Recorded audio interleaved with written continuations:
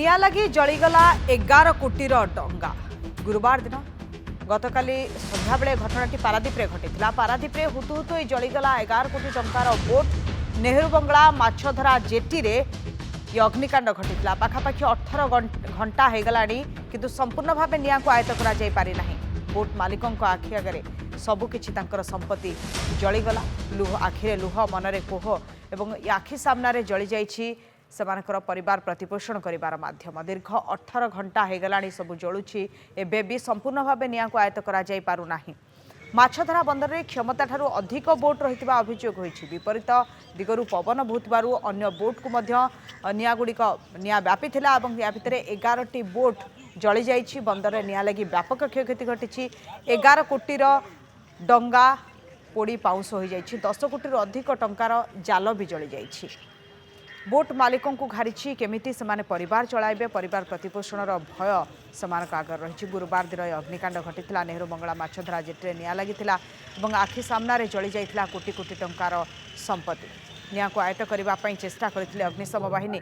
बोट्रु शब्द कला भली टांकी फाटिथिला कना डीजेल भर्ती हो रहिथिला एवं माछधरा बंदर सारा कलाधुआं पूर्ण होता। अग्निकांड में 6टी सोना बोट भी पोड़ी नष्ट हो जाइछि। अनेक बोट क्षतिग्रस्त होइछि।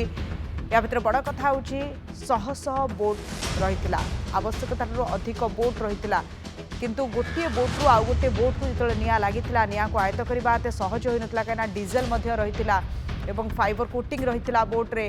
प्रथमे माछधरा बंदर 1 नंबर जेटी रे निया लगिथिला गोटे बोट रे निया लगिया परे ता परवर्ती समय रे भयंकर रूप धारण करथिला ये अग्निकांड।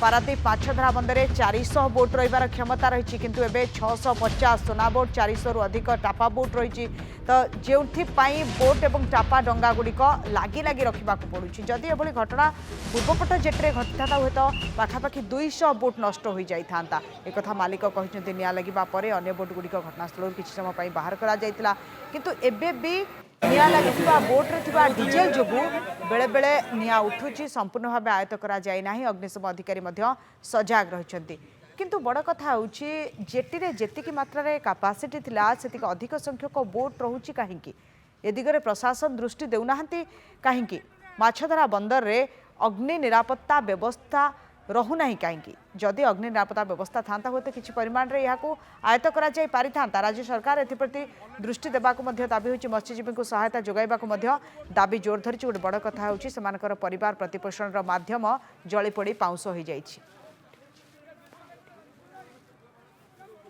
अरुण आम सहित जोड़ी होती आलोचना करने। अरुण दीर्घ 18 घंटा है जो माछधरा जेटी रे निया लगिथिला जलुछि एपर्यंत ये डीजेल रही से बोट भितर किसी जगार निया रही रही जलुछि तो वर्तमान परिस्थिति केमती संपूर्ण भाव जे देखा क्षयक्षति केते केते गोटी डंगा संपूर्ण भाव जली पड़ी पाउस हो जाइछि कौन सूचना अछि?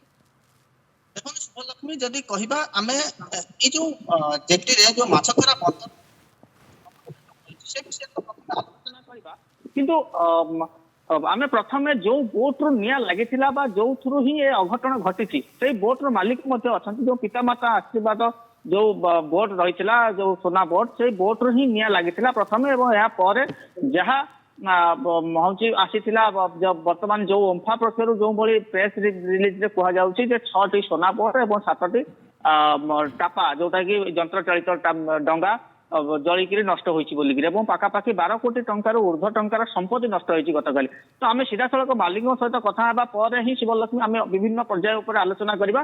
तो मुझे आपको सहज करी कौन कहे जे काली कौन एभली परिस्थिति है आपको निया को आयत्त करने दीर्घ समय लगी समस्या केमती रही बर्तमान आप कौन अनुभव करते कौन थे आम समाधान कर पारे तुरंत? आज्ञा नमस्कार। आम तो नथिलु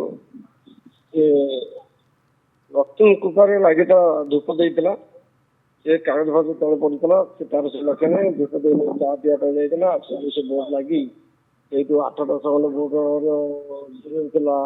आम टोले से लगी जल जली अच्छे आम बोट पाखे लगे आम टोल पाखे जो लगिला से हूँ आम पितामाता आशीर्वाद ଲାଗିଲା ପରେ ସେ ତେଲ ଟାଙ୍କି ଗ୍ୟାସ୍ ଟାଙ୍କି ସେ ବୋଟରେ ସବୁ ଥିଲା। ଆମ ବୋଟର ଜାଲ ଜୋତା ଭଲ ହେଲେ ଯେତେ ପ୍ରକାର ନୂଆ ଟଲରଟି ସବୁ ଯାହା ଥିଲା ସବୁ ପୋଡ଼ିଗଲା, ଗଛ ହେଇଯାଇଛି ଟୋଟାଲି। ଆଉ ଦମକଳ ବାହିନୀ ଆସିଲା ପରେ ଲଗେଇ ପାଣି ପକେଇଲା ବେଳକୁ ଆଇଟ୍ କରିବା ସମ୍ଭବ ନଥିଲା। ଯାହାଫଳରେ କିଛି ସମୟ 2 ଘଣ୍ଟା 3 ଘଣ୍ଟା ପକେଇଲା ପରେ ଧୀରେ ଧୀରେ କମିଲା କିନ୍ତୁ ତଥାପି ଜଳି ଚାଲିଥାଏ। ତ କଣ କହିବେ ବର୍ତ୍ତମାନ ସବୁଠୁ ସମସ୍ୟା ହଉଛି ଯେ ଏଠି ସେଇଭଳି ଫାୟାର ସେଫ୍ଟି ବିଭାଗ ନଥିଲା କିମ୍ବା ଏଠି ଯୋଉ ଯେତିକି ଆର ଷ୍ଟ୍ରେନ୍ଥ ରହିଛି ଯୋଉ ମାଛ ଧରା ବେସର ଯୋଉ ଷ୍ଟ୍ରେନ୍ଥ ଠାରୁ ଆବଶ୍ୟକୀୟ ଠାରୁ ଅଧିକା ଯୋଉ ବୋଟ ମଧ୍ୟ ରହୁଛି। ଆମର ଫାୟାର ଏଠି କୌଣସି ଫାୟାର ଷ୍ଟେସନ ନାହିଁ, ସେଥିପାଇଁ ଆମର ମେଡିକାଲ ବି ନାହିଁ। ବହୁତ ଅସୁବିଧାର ସମ୍ମୁଖୀନ ଚାଲିଛି। ଇନ୍ସୁରାନ୍ସ ମଧ୍ୟ ନାହିଁ। ଆମର ଗଭର୍ଣ୍ଣମେଣ୍ଟର କୌଣସି ସହାୟତା ନାହିଁ। ଏମିତି ଆମ ନିଜସ୍ୱ ପଇସାରେ ଆମେ ଟଲର ଚଳଉଥିଲୁ। ତଥାପି ଆମର ଯୋଉ ପଇଁଚ କଟକଣା ନେଇ ଡିସେମ୍ବର ମାସରୁ ଆମର ବନ୍ଦ ହେଇଯାଇଛି କୂଳ ଫିସିଂ। 20 କିଲୋମିଟର ଦୂରରେ ମାଛ ହଉନାହିଁ। ସେଥିପାଇଁ ସମସ୍ତ ଟଲର ଆସି ବନ୍ଧା ହେଇଥିଲା। ବନ୍ଧା ହେଲା ଭିତରେ ଆମର ଏଇ ଦୁର୍ଘଟଣା ଘଟିଛି। ତ ବିଜୟଲକ୍ଷ୍ମୀ ଶୁଣୁଥିଲେ ଯୋଉ ଶୁଭଲକ୍ଷ୍ମୀ ଯୋଉ ଘଟଣା ଆମେ ଯଦି କହିବା ଗୋଟିଏ ବୋଟର ମୂଲ୍ୟ ପାଖାପାଖି 60 ଲକ୍ଷ ଟଙ୍କାରୁ 90 ଲକ୍ଷ ଟଙ୍କା ବା ପାଖାପାଖି 1 କୋଟି ଟଙ୍କାର ବୋଟର ମୂଲ୍ୟ ଏବଂ ସେଥିରେ ପାଖାପାଖି 10 ଜଣ ମତ୍ସ୍ୟଜୀବୀ ଯାଇଥାନ୍ତି ଏବଂ ସେଥିରେ 10 ଲକ୍ଷ ଟଙ୍କାର ଜାଲ ମଧ୍ୟ ରହିଥାଏ ଏବଂ 6 ରୁ 7 ଲକ୍ଷ ଟଙ୍କାର ତେଲ ମଧ୍ୟ ଡିଜେଲ ରହିଥାଏ। ତ ଏହା ଯୋଉ ଜିନିଷ ସବୁ ବୋଟରେ ଥାଏ ତାହା ନିଆଁକୁ ସଡନ ଧରିବା ଭଳି ଜିନିଷ, କିନ୍ତୁ ସବୁଠାରୁ ଦୁର୍ଭାଗ୍ୟର କଥା ଏମାନଙ୍କର କୌଣସି ଇନ୍ସୁରାନ୍ସ ନଥାଏ। ଏମାନେ ଦୀର୍ଘ 15 ରୁ 20 ଦିନ ଧରିକି ଗଭୀର ସମୁଦ୍ରରେ ମାଛ ମାରୁଥାନ୍ତି। ଯୋଉ ମତ୍ସ୍ୟଜୀବୀ ମାନେ ଯୋଉ ବୋଟ ମାଲିକ ମାନେ ସେମାନେ ନିଜସ୍ୱ ଉଦ୍ୟମରେ ନିଜସ୍ୱ ରିସ୍କରେ ଏ ବ୍ୟବସାୟ ଚଳାଇଥାନ୍ତି, କିନ୍ତୁ ଏଥିରୁ ଏଇ ଯୋଉ ଶିଳ୍ପରୁ କୋଟି କୋଟି ଟଙ୍କାର ରାଜସ୍ୱ ପାଇଥାନ୍ତି ରାଜ୍ୟ ସରକାର ଏବଂ କେନ୍ଦ୍ର ସରକାର।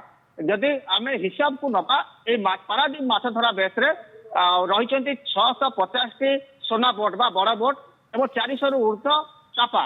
ଯୋଉ টাপା ଏବଂ সোনা ବୋଟ ଦୈନିକ ଏଠି ପାଖାପାଖି 150 ରୁ 200 ଟନର ମାଛ ଆସିଥାଏ, ଯୋଉ ମାଛକୁ ମତ୍ସ୍ୟଜୀବୀ ମାନେ ନିଜ ଜୀବନକୁ ବାଜି ଲଗେଇକି ଧରିଥାନ୍ତି, କିନ୍ତୁ ରାଜ୍ୟ ସରକାର ଏବଂ କେନ୍ଦ୍ର ସରକାର ସେଥିରୁ ଟ୍ୟାକ୍ସ ନେଇଥାନ୍ତି। କିନ୍ତୁ ଏଥିରେ ଏଇ ଯୋଉ ଶିଳ୍ପ ପାଇଁ ରାଜ୍ୟ ସରକାରଙ୍କର କୌଣସି ସମୟବର୍ଦ୍ଧନା ନାହିଁ। ଦ୍ୱିତୀୟରେ ମହାନଦୀ ମୁହାଣ ଯୋଉ ରହିଛି ସେ ମୁହାଣକୁ ଡ୍ରେଜିଂ କରାଯାଉନାହିଁ, ये ଯୋଉଥିପାଇଁ सब प्रति सरकार ध्यान देवार आवश्यकता रही। अरुण बहुत बहुत धन्यवाद आपनक आलोचना पाई।